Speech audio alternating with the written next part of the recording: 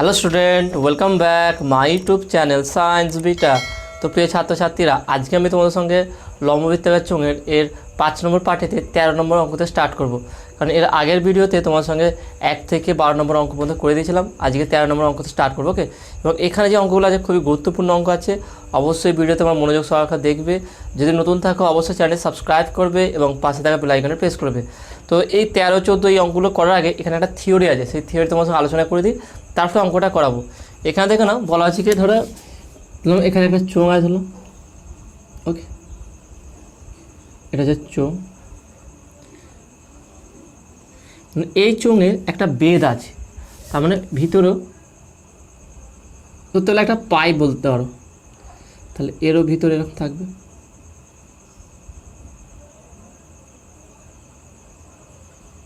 ওকে, তাহলে এখানে ধরো কেন্দ্র, তাহলে এখান থেকে এইটা একটা ব্যাসার্ধ আর এখান থেকে এইটা একটা ব্যাসার্ধ। যেটা বাইরের বৃত্তাকার অংশটা আছে সেইখানকার ব্যাসার্ধকে বলা হয় কি বহির ব্যাসার্ধ। এই ব্যাসার্ধটাকে বলা হয় কি বহির ব্যাসার্ধ। এর ব্যাসার্ধকে ধরলাম কি R1। ওকে, R1। আর ভিতরের যে বৃত্তাকার অংশ দেখাচ্ছে তার ব্যাসার্ধকে বলছে কি অন্তর ব্যাসার্ধ। অন্তর বা অভ্যন্তরীণ, এটাও বলা যেতে পারে, এটা অভ্যন্তরীণ ব্যাসার্ধ।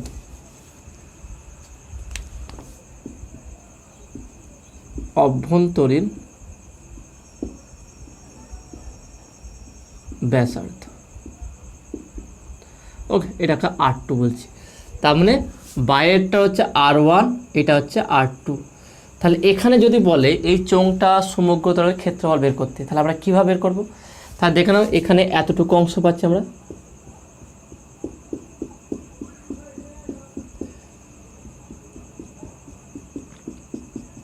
আর এখানে এতটুকু, মাঝখানেরটা কি পুরোটা খালি আছে। এটা পুরো খালিটা আছে। এবার দেখে নাও, আমরা জানি কি যে কোনো চোঙের সমগ্র তলের ক্ষেত্রফল ফর্মুলা কী হয়, যে যদি আমি বলি ক্ষেত্রফল হচ্ছে কি সমগ্র তলের ক্ষেত্রফল, সমগ্র তলের ক্ষেত্রফল, সেটা কি জানি 2πRh প্লাস 2πr²। কারণ এখানে বৃত্তাকার অংশ, এখানে একটা বৃত্তাকার অংশ। ওকে, এটা ক্ষেত্রফল বের করি। কিন্তু এখানে দেখো না ভাগ হয়ে গেছে, তাহলে এই বাইরে, তাহলে আমি যে এতটুকু যে চোঙ আছে এর বক্রতলের, এটা হচ্ছে বক্রতলের ক্ষেত্রফল আর এটা বৃত্তাকার অংশের ক্ষেত্রফল। তাহলে এক্ষেত্রে যদি আমার বক্রতলের ক্ষেত্রফল বের করতে পারি, কীভাবে করবো দেখো না, বাইরের চোঙটার জন্য বক্রতল কত হবে 2πr1h, যদি এর উচ্চতা h হয়ে যায়। ওকে, আর ভিতরের চোঙ, যে ভিতরের চোঙটা আছে দেখতে পাচ্ছি, এই চোঙটা, ভিতরের যে চোঙটা আছে সেই চোঙের ক্ষেত্রফল কত হবে দেখো না 2πr2h। ভালো করে দেখে নাও, বাইরে যে চোঙটা আছে বাইরের চোঙের হচ্ছে ক্ষেত্রফল কত হবে, বক্রতলের ক্ষেত্রফল 2πr1h, আর ভিতরে যে চোঙটা আছে তার বক্রতলের ক্ষেত্রফল কত হচ্ছে 2πr2h। তার টোটাল এই যে ফাঁপা চোঙ আছে এর বক্রতলের ক্ষেত্রফল কত হবে, তাহলে বলতে পারি অতএব ফাঁপা চোঙের বক্রতলের ক্ষেত্রফল সেটা কত হয় বলতে পারি, = বলতে পারি কি 2πr1h প্লাস, তাহলে এখানে কি বাইরের তলটা পেলাম আর ভিতরের বক্রতলটা কোনটা আছে এইটা, তাহলে 2πr2h। তাহলে সেখান থেকে পাচ্ছি কি 2πh যদি কমন নেই r1 প্লাস r2। ব্যাপারটা ভালো করে দেখে নাও, তাহলে এখানে এর একটা বক্রতল পাবো, এই চোঙটা ছোটো চোঙটার একটা বক্রতল পাবো, তার সেটা হচ্ছে কি 2πr2h। বড় যে চোঙটা আছে বাইরের দিকে তার একটা বক্রতলের ক্ষেত্রফল, সেটা হচ্ছে 2πr1h। তার টোটাল বক্রতল কত পাচ্ছি দেখে নাও, তাহলে এই তলটাও পাচ্ছি, এই তলটা পাচ্ছি, দুটো তল পাচ্ছি। তাহলে দুটো তলের মোট ক্ষেত্রফল কত হবে বক্রতলের 2πr1h প্লাস 2πr2h। এবার সমগ্র তলে যদি ক্ষেত্রফল বের করতে দেয়, এই ফাঁপা চোঙের সমগ্র তলের ক্ষেত্রফল, তার মানে বক্রতল প্লাস এই বৃত্তাকার যে তল আছে এইটুকু, এরও ক্ষেত্রফল বের করতে দেয়। তাহলে আমরা কীভাবে নির্ণয় করতে গেলাম, আগে একটা কথা ভাবি, যে বাইরের যে বহির্ব্যাস আছে তার যদি ক্ষেত্রফল বের করতে দেয় সেই ক্ষেত্রফলটা কত হবে πr1²। ওকে, যে বাইরে যে ব্যাসটা আছে ব্যাসার্ধ, যে R1 যদি ব্যাসার্ধ হয়, আর ভিতরের যে মানে বৃত্তাকার অংশ আছে তার ক্ষেত্রফল কত হচ্ছে কি πr2²। তাহলে শুধু এতটুকু এতটুকু অংশের ক্ষেত্রফল কত হবে দেখো না, ভালো করে জিনিসটা আমি আরেকবার দেখাচ্ছি তোমাকে, এরকম আছে। ওকে, আমি চাইছি শুধু এই শ্যাডো করা যেটা দাগ দিচ্ছি এইটার ক্ষেত্রফল বের করতে চাইছি, যেখানে এখান থেকে বাইরের যে বৃত্তি যে অংশ তার ব্যাসার্ধ হচ্ছে R1, আর ভিতরে যে বৃত্তটা আছে তার ব্যাসার্ধ হচ্ছে R2। তাহলে এই বাইরেটার ক্ষেত্রফল কত হচ্ছে কি পাই R1 স্কোয়ার, আর ভিতরটার ক্ষেত্রফল কি পাই R2 স্কোয়ার। ওকে, এটা হচ্ছে কি পাই R2 স্কোয়ার। তাহলে শুধু এইটুকুর ক্ষেত্রফল কত হচ্ছে, তা দুটোকে মাইনাস করে দাও। তাহলে এখানে দুটোকে মাইনাস করলে কী হবে, যে পাই R1 স্কোয়ার মাইনাস পাই R2 স্কোয়ার। তাহলে একটা কাজ করো, দুদিক দিয়ে পাইকে কমন নিয়ে নাও, তাহলে R1 square minus R2 square. তাহলে একটার ক্ষেত্রে বের করলাম। এরকম কটা আছে, দুটো আছে, নিচেও একটা আছে। তাহলে টোটালটা হবে কত, দুটো বৃত্তাকার তলের ক্ষেত্রফলটা কত হবে, সেখানে 2 গুণ করতে হবে। তাহলে এটা আমি শুধু এটার ক্ষেত্রফল বের করলাম, এটার এই দুটোর ক্ষেত্রফল পেয়ে গেলাম 2 পাই R1 মাইনাস R2 স্কোয়ার, আর এর বক্রতলের ক্ষেত্রফল পেলাম কত 2 পাই H R1 প্লাস R2। তাহলে টোটাল এই ফাঁপা চোঙের যা দুটো ব্যাসার্ধ আছে, বহির ব্যাসার্ধ অন্তর ব্যাসার্ধ আছে, সেই চোঙের সমগ্র তলের ক্ষেত্রফল। তাহলে বলতে পারি কি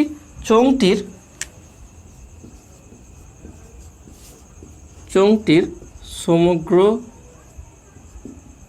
তলের ক্ষেত্রফল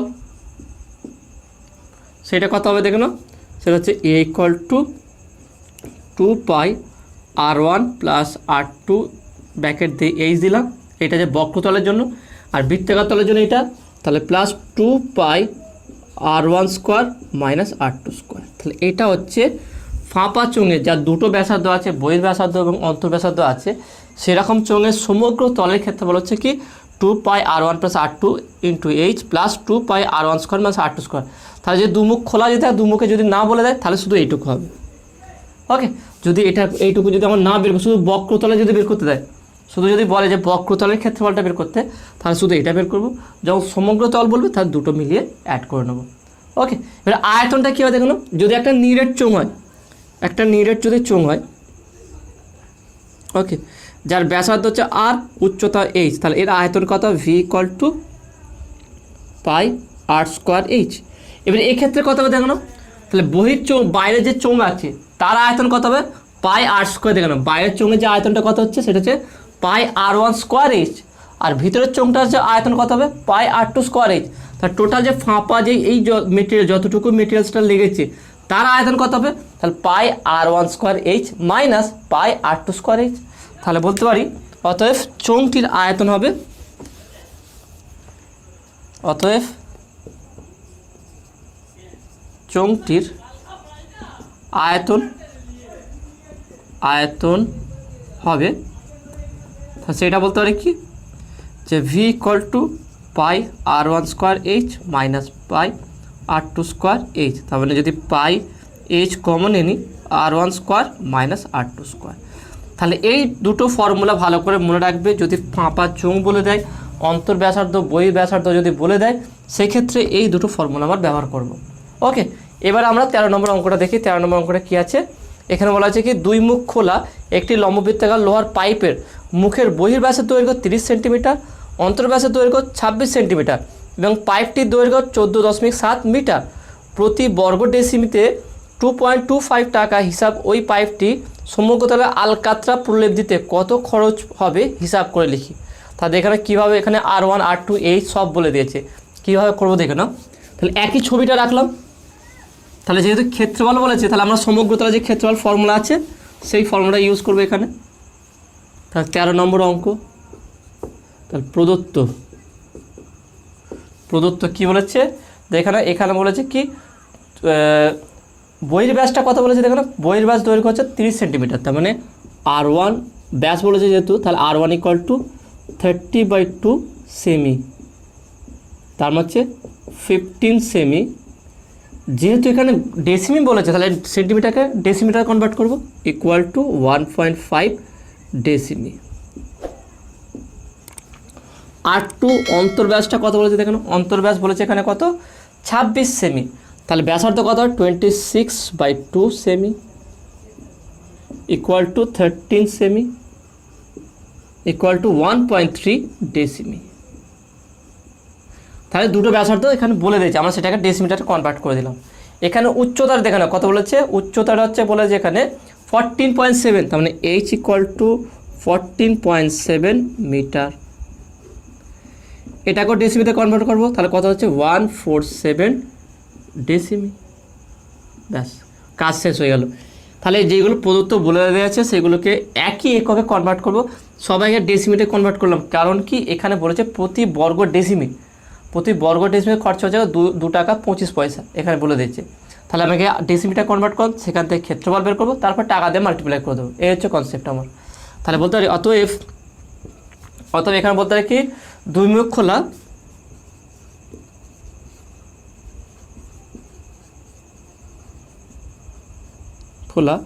লোহার পাইপের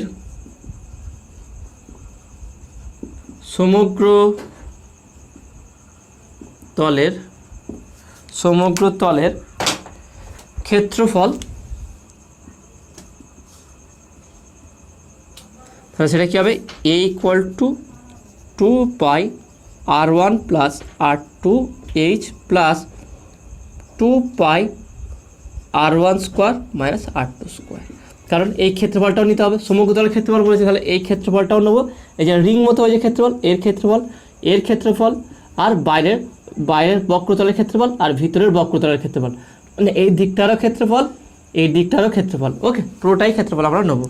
তাহলে এটা হচ্ছে, এবার এখানে মানটা বসিয়ে দিতে এখানে কত হচ্ছে, তাহলে বা বলতে পারি a ইকুয়াল টু, এখানে যদি আলাদা করেই করি, 2 পাই r1 প্লাস 2 পাই r1h 2 পাই r2h plus 2 pi into r1 square minus r2 square.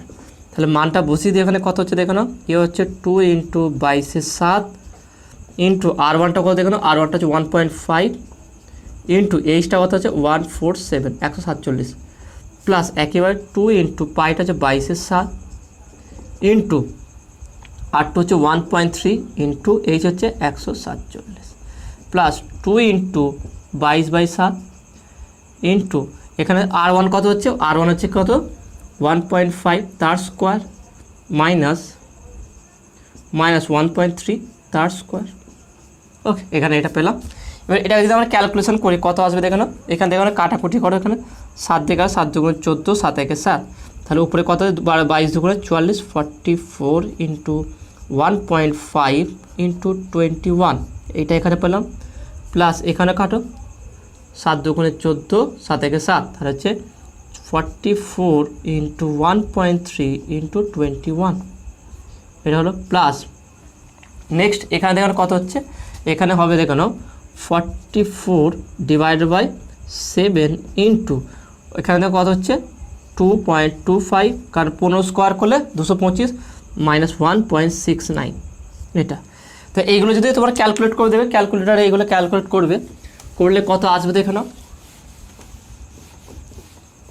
তাহলে এখানে a ইকুয়াল টু আসবে, তাহলে এখানে ক্যালকুলেট করে দেবে, এটা যদি গুণ করো এখান থেকে আসবে দেখবে 1386 1386 প্লাস এটাকে যদি গুণ করো, এটা গুণ করলে আসবে দেখবে 1201.2। ওকে, এটা আসবে প্লাস।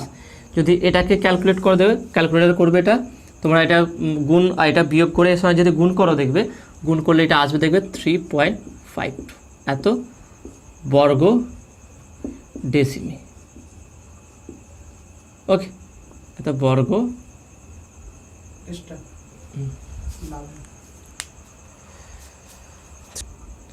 তো এই তিনটেকে যোগ করবে, দেখবে যোগ করলে আসবে কত দেখুন 2590.72 বর্গ ডেসিমি,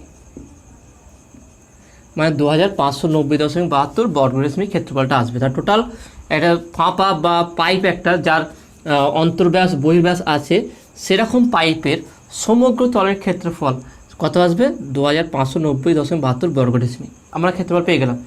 এবারে কী বলেছি দেখো, প্রতি বর্গ ডেসিমিতে কত খরচা আছে 2.25 টাকা। তাহলে দেখে নাও এত বর্গ ডেসিমি কত হচ্ছে, তাহলে এখানে বলে লিখতে পারি আমরা, তাহলে দেখে নাও আমরা এখানে লিখতে পারি প্রতি বর্গ ডেসিমিতে 2.25 টাকা খরচ হলে 2590.72 বর্গ ডেসিমিতে খরচ হবে। তাহলে এটা কী করবো আমরা এর সঙ্গে গুণ করে দেবো। তা 2590.72 ইন্টু 2.25। ওকে, তাহলে এটা গুণ করলে কত আসবে দেখে নাও, 5829.12 টাকা। তার মানে 5829 টাকা 12 পয়সা, টোটাল এত টাকা খরচা হবে। দেখে নাও এই অঙ্কটার মেন হচ্ছে কনসেপ্টটা, থিওরিটা, যেটা তোমাদের প্রথমে স্টার্টিং বলেছিলাম।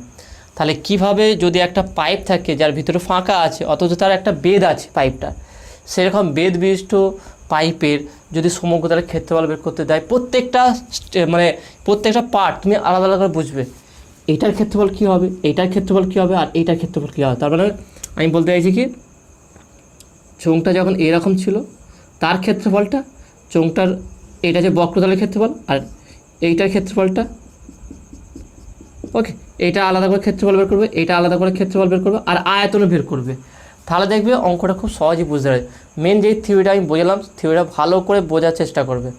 তো নেক্সট 14 দাগের অঙ্কটা কী আছে দেখে নাও। একটি 2 মুখ খোলা লোহার লম্ববৃত্তাকার ফাঁপা চোঙের উচ্চতা 2.8 মিটার, চোঙটির অন্তর্ব্যাসের দৈর্ঘ্য 4.6 ডেসিমি এবং চোঙটি 84.48 ঘন ডেসিমি লোহা দিয়ে তৈরি হলে চোঙটির বহির্ব্যাসের দৈর্ঘ্য নির্ণয় করি। খুব সুন্দর অঙ্কটা দিয়ে দেখে না, একই কনসেপ্টে অঙ্কগুলো আছে। দেখে না কীভাবে হবে। তাহলে একটা ক্ষেত্রফলের অঙ্কটা হয়ে গেল, এবারে আয়তনের অঙ্কটা হবে।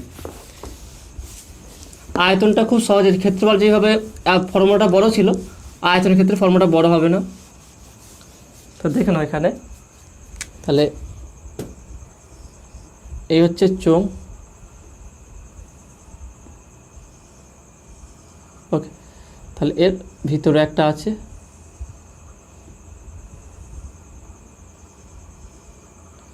তাহলে এখান থেকে এটা হচ্ছে বহির্ব্যাস, এটা হচ্ছে R1, আর এখান থেকে এটা হচ্ছে কি অন্তর্ব্যাস, এটা হচ্ছে R2। তাহলে এখানে কি বলে দেখে নাও, প্রদত্ত আগে কি কি বলে দেখে নাও, আমরা লিখে ফেলি এটা 14 দাগের। তাহলে প্রদত্ত কি বলেছে দেখে নাও, যে চোঙটির উচ্চতা বলেছে, এখান থেকে এর উচ্চতা, হাইটটা বলেছে কত, h, ওকে, এইচটা কী বলে দেখে নাও, h = 2.8 মিটার, ওকে, 2.8 মিটার। এখানে কিসে কনভার্ট করতে হবে দেখানো বলেছে কি, এখানে 84.48 ঘন ডেসিমি, আয়তনটা বলে দিচ্ছে, তার ডেসিমিটারে কনভার্ট করতে হবে। তার 2.8 মিটার মানে বলতে পারি যে 28 ডেসিমি। তাহলে আমরা ডেসিমিটারে কনভার্ট করতে হবে উচ্চতা। নেক্সট কী বলে দেখানো, চোঙটির অন্তর্ব্যাসের দৈর্ঘ্য, তার মানে অন্তর্ব্যাসটা কোনটা ধরেছি আমরা, R2টা বলেছে, R2 = কত বলেছে দেখানো, R2 এখানে বলেছে কত, 4.6 বলেছে কি দেখানো, অন্তর ব্যাসের দৈর্ঘ্য, ব্যাস বলেছে, দৈর্ঘ্য 4.6 ডেসিমি। তাহলে এখানে 4.6 ডেসিমিকে 2 দিয়ে ভাগ করব, তাহলে এটা করলে কত, 2.3 ডেসিমি। তাহলে 2.3 ডেসিমি আমরা অন্তর ব্যাসটা পেয়ে গেলাম। বহির্ব্যাসটা বের করতে বলেছে, R1 = কোশ্চেন মার্ক, কী বলে দেখানো, আয়তনটা, চোঙটি কতটা লোহা দিয়ে তৈরি হয় সেটা বলে দিচ্ছে।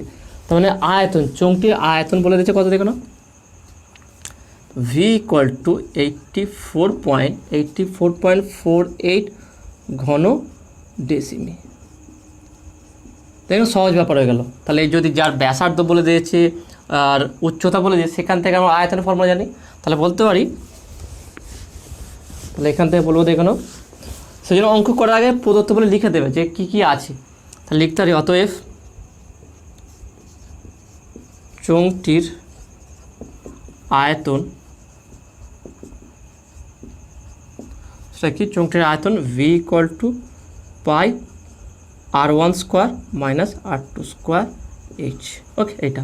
তাহলে এটা আবার বলে যে আয়তনটা কত, 84.48। তাহলে বলতে পারি, তাহলে অতএব বা শর্তানুসারে বা প্রশ্ন অনুসারে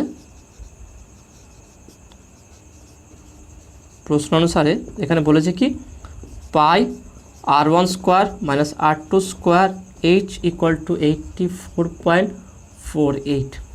এবার এটাকে ক্যালকুলেট করলেই আমার R1টা বেরিয়ে যাবে। আমার মেন দরকার কী ছিল, R1টা বের করা। তাহলে কীভাবে বের করে দেখে নাও,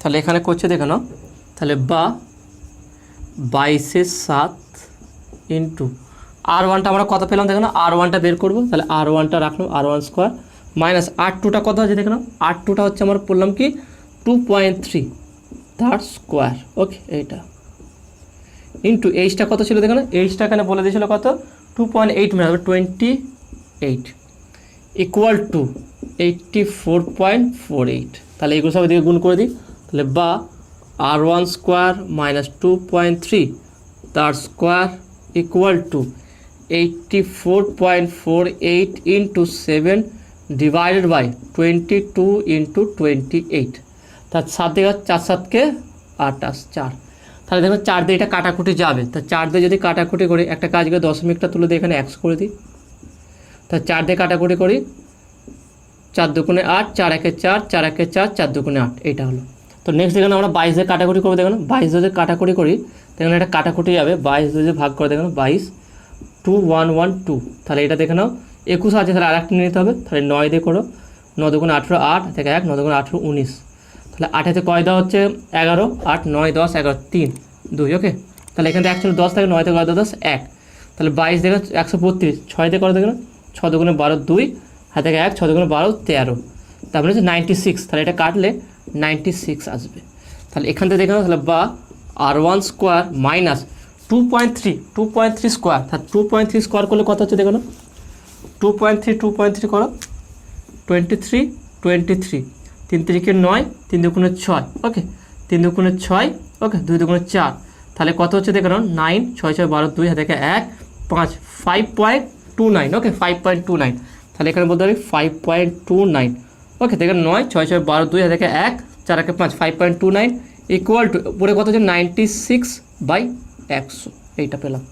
এবার দেখো কত হবে, তাহলে এটা দেখো না, তাহলে এখান থেকে এটাকে যদি ওইদিকে পাঠায় তাহলে যোগ হয়ে যাবে দেখো না, তাহলে বা R1 স্কোয়ার ইকুয়াল টু 0.96, কেন যে 100 আছে তার দশমিক দুটো পর হয়ে যাবে প্লাস 5.29, তাহলে এটাকে যোগ করো, তাহলে বা R1 স্কোয়ার তাহলে 5.29 সঙ্গে 0.96, ওকে 6 আর 9 কত হচ্ছে দেখলাম 6 আর 9 25 15 5 থেকে 1 9 কে 10 10 11 12 2 হাতে থেকে 1 5 একে 6 6.25 ইকুয়াল টু 6.25, তাহলে R1 স্কোয়ার ইকুয়াল 6.25, 6.25 মানে কি, তাহলে বা R1 square equal two 2.5 square, কারণ 25 স্কোয়ার করে কত হচ্ছে 625 হয়, তারপরে 2.5 হবে, তাহলে বা R1 ইকুয়াল টু 2.5, এত কি দেখো না একক কী ছিল, এটা একক ডেসিমি ছিল, এত ডেসিমি, দেখেন কত সহজে বেরিয়ে গেল ব্যাপারটা। তাহলে আমরা কি করব, যখনই আয়তন বলে দেবে তাহলে একটা ব্যাস বলে দিলে সেই ব্যাসটাকে যে ব্যাস বলে সেখান থেকে আমরা ব্যাসার্ধ বের করব, ব্যাসার্ধ বের করার পর সেটাকে আমরা এইভাবে যে ফর্মুলা আছে কি পাই R1 স্কোয়ার মাইনাস পাই R2 স্কোয়ার ইকুয়াল টু যে আয়তন বলে দেবে সেই আয়তন সঙ্গে সমান করে R1টা বের করব। তাহলে এখানে বলেছি দেখুন 14 দাগের, তাহলে চোঙটির বহির ব্যাসের দৈর্ঘ্য নির্ণয় করে, বহির ব্যাসের দৈর্ঘ্যটা এটা আমরা ব্যাসার্ধ পেয়েছি, তাহলে ব্যাস কত হবে, অতএব চোঙটির বহির ব্যাস হবে বলতে পারি, অতএব চোঙটির বহির ব্যাস হবে, সেটাকে আমরা ডি ধরলাম, ডি ইকুয়াল টু 2R1, আর 2 ইন্টু 2.5 ইকুয়াল টু তাহলে কত হচ্ছে 5, শুধু 5 হবে 5 ডেসিমি, তার মানে এর বহির ব্যাসার্ধ হচ্ছে কি 2.5, এর বহির ব্যাসার্ধ হবে, আর ব্যাস কত হবে 5 ডেসিমি হবে, ওকে। তো আশা করি তুমি এটা বুঝতে পারছো। নেক্সট 15 দাগের অঙ্কটা কী আছে দেখে নাও, একটি লম্ববৃত্তাকার চোঙের উচ্চতা উহার ব্যাসার্ধের দ্বিগুণ, যদি উচ্চতা 6 গুণ হতো তবে চোঙটির আয়তন 539 ঘনডেসিমি বেশি হতো, চোঙটির উচ্চতা হিসাব করে লিখি। খুব সুন্দর অঙ্ক দিয়ে দিয়েছে দেখে নাও, এটা একটা সিম্পল অঙ্ক, খুব সহজ অঙ্ক দিয়ে দিয়েছে 15 দাগের অঙ্কটা। যখনই কোনো থিওরি আসবে তোমরা দেখবে যে আমি যখনই কোনো ম্যাথামেটিক্সের ক্লাস করাই তোমাদের নতুন থিওরি থাকলে সেই থিওরির আগে কনসেপ্ট ক্লিয়ার করে দিই, তারপর অঙ্ক করায়, কারণ শুধু অঙ্ক করেই দেবো তুমি বুঝতে পারলে যে এই ফর্মুলা আমি পুট করলাম, ফর্মুলা আসলো কীভাবে সেটা তোমার জানা দরকার, তবেই অঙ্কর প্রতি তোমার ভালোবাসাটা জন্মাবে। তা দেখে নাও কীভাবে করবো আমরা নেক্সট 15 দাগের কী বলেছে দেখো না, একটা চোঙ আছে,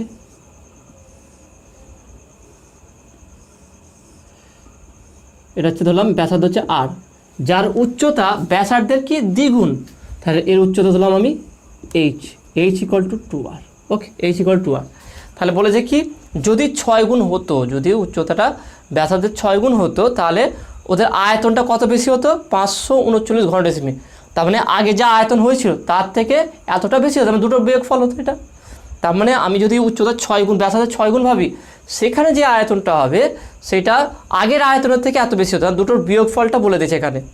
তারপরে যে চোঙটির উচ্চতা কত হবে নির্ণয় করো। তাহলে এখানে দেখে নাও কী লিখবো, তাহলে বলতে পারি এখানে লিখে দিয়ে আগে ধরি চোঙটির ব্যাসার্ধ 8 ডেসিমি এবং উচ্চতা h ডেসিমি। এবার এখানে আমি ডেসিমি কেন ধরলাম, এখানে দেখানো বলে দিয়েছে আয়তনটা ঘন ডেসিমি বলেছে, সেই জন্য আমি ডেসিমি ধরলাম। এবারে কি, অতএব যখন চোঙটির উচ্চতা ব্যাসার্ধের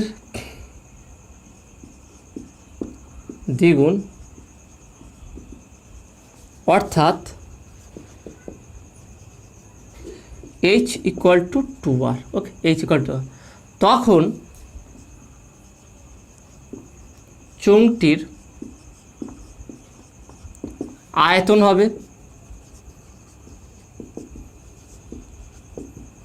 হবে আমি v1 ধরলাম, v1 equal to pi R square h equal to pi R square into 2r, কারণ h এর জায়গায় আমি কী ধরবো 2r ধরবো। তাহলে বা v1 equal to 2 pi R cube, R square R R cube, এত ঘন ডেসিমি।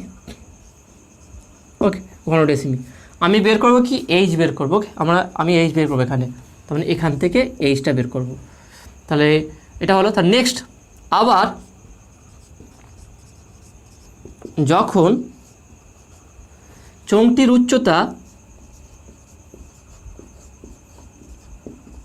উচ্চতা ব্যাসার্ধের 6 গুণ হবে, তখন বা অর্থাৎ এখানে বলতে পারি কি অর্থাৎ h ইকুয়াল টু 6r। এখানে বলে দিয়েছে কোশ্চেন। ওকে, এখানে বলছে 6 গুণ 6r, h ইকুয়াল 6r, অর্থাৎ h ইকুয়াল 6r, তখন চোঙটির এটাকে আমি একটা কাজ করছি, এটাকে v1 দিলাম, ঠিক আছে, v1ই রাখলাম এখানে। তখন চোঙটির আয়তন হবে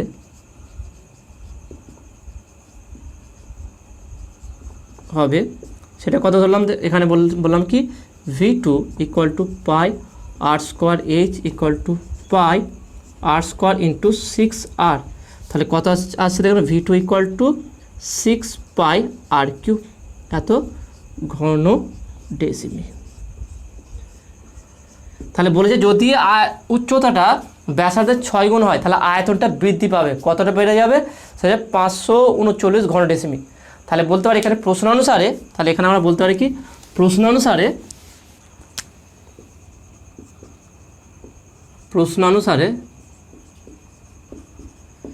বলতে পারি কি v2 minus v1 equal to 539। দেখুন এটা বলেছে, তার মানে যখন 6 গুণ ব্যাসার্ধের 6 গুণ উচ্চতারা হয়েছে তখনকার আয়তন থেকে যখন দ্বিগুণ মানে উচ্চতাটা দ্বিগুণ হয়েছে ব্যাসার্ধের, তখনকার আয়তন যদি বিয়োগ করি এইটা হবে, মানে এটা বলেছে।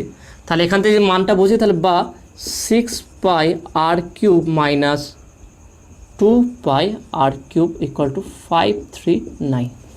এখানে একটা কাজ করি, এটাকে মাইনাস করি, কত হচ্ছে দেখুন, মাইনাস করলে কত হচ্ছে দেখুন, তাহলে বলতে পারি বা 4 পাই আর কিউব ইকুয়াল টু 539। তাহলে আমার বের করতে হবে কি, এখান থেকে আর বের করবো, আর বের করার পর সেটাকে আমরা এইচে কনভার্ট করে দেবো।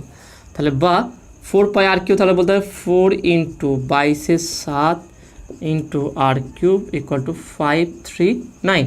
তাহলে বা r cube equal to 539 into 7। Okay, 539 into 7 divided by,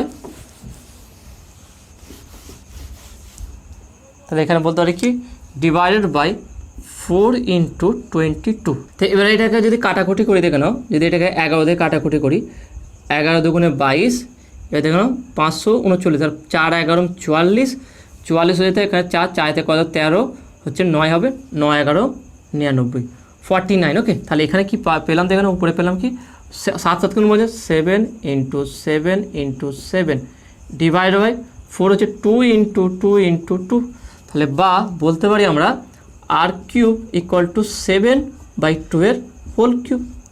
3টে 7 আছে, নিচে 3টে 2 আছে, মানে 7/2 এর হোল কিউব। তার মানে বা বলতে পারি বা আর ইকুয়াল টু 7/2 ডেসিমি। তাহলে এটা কি ব্যাসার্ধ পেয়ে গেলাম। এবার অরিজিনালি আমার চোঙটা কি আছে, ব্যাসার্ধের দ্বিগুণ, উচ্চতাটা হচ্ছে ব্যাসার্ধের দ্বিগুণ। তাহলে এখান থেকে বলতে পারি অতএব, এখানে বলতে পারি কি অতএব, এখানে বলতে পারি কি অতএব চোঙটির উচ্চতা আর equal to H equal to 2r equal to 2 into 7/2, তার 2 দিয়ে কাটলো, তাহলে এইচ ইকুয়াল টু 7 ডেসিমি। তা দেখেন এই অঙ্কটা খুব সহজ ছিল, কোনো টাফ ব্যাপার ছিল না, খুব ইজি। আমার শুধু যেগুলো দেওয়া আছে, প্রথম যেহেতু 6 গুণ বলেছে, একবার 2 গুণ বলেছে বলে দ্বিগুণ আকারে আমরা আয়তন বের করবো, যখন 6 গুণ বলে 6 গুণ আকারে আমরা আয়তন বের করবো, ব্যাস দুটোকে মাইনাস করবো, মাইনাস করলে বলে দিচ্ছে কত হচ্ছে আয়তন 539, সেখান থেকে আর এর মানটা বের করবো, ব্যাস এটাই ছিল কাজ। ওকে, তো আশা করি তোমরা এটা বুঝতে পেরেছো। তো প্রিয় ছাত্রছাত্রীরা, আজকে ভিডিও এতটুকুই। আজকে ভিডিওটা কেমন লাগলো সেটা তোমরা অবশ্যই কমেন্টে জানাবে, অঙ্কগুলো বুঝতে পারলে কি না সেটাও তোমরা কমেন্টে বলবে। যদি ভালো লেগে থাকে অবশ্যই ভিডিওতে লাইক দেবে, নতুন থাকলে চ্যানেলটা সাবস্ক্রাইব করবে এবং পাশে থাকা বেল আইকনে প্রেস করবে। তো দেখা হবে নেক্সট ভিডিওয়। Have a nice day.